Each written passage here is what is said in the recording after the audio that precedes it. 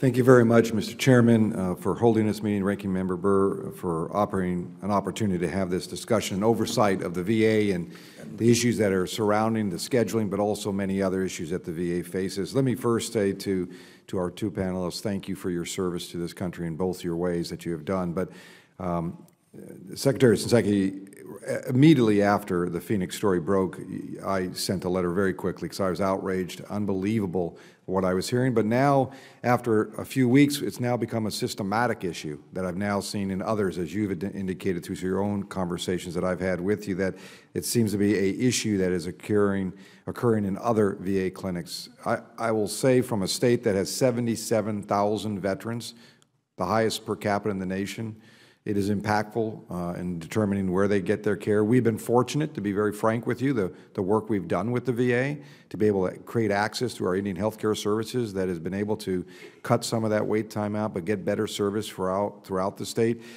But when we look at veterans, may they be in Alaska today, tomorrow they might be in Arizona, tomorrow they might be in North Carolina.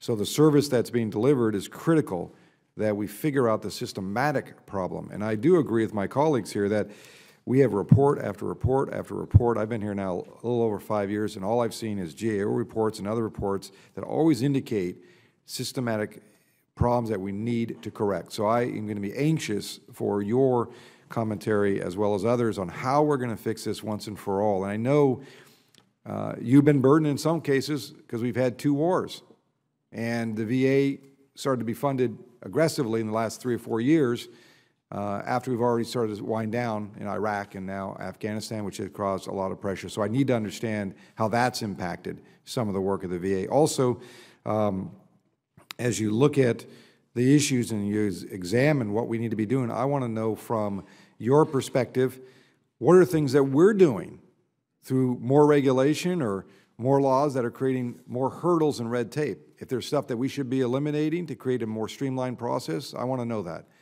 But to not have the service delivered at the highest level to our veterans is a disservice. They earned it. They fought for this country. They served our country. We need to do everything we can to make sure the service is delivered at the highest possible level. So today will be a little contentious, no question about it. I hope tomorrow that we take what we've learned today and move to increase the capacity and increase the performance of the VA.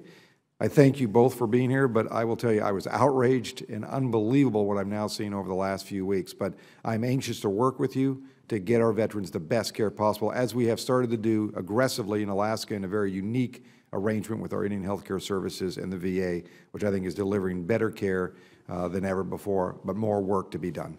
Thank you, Mr. Chairman.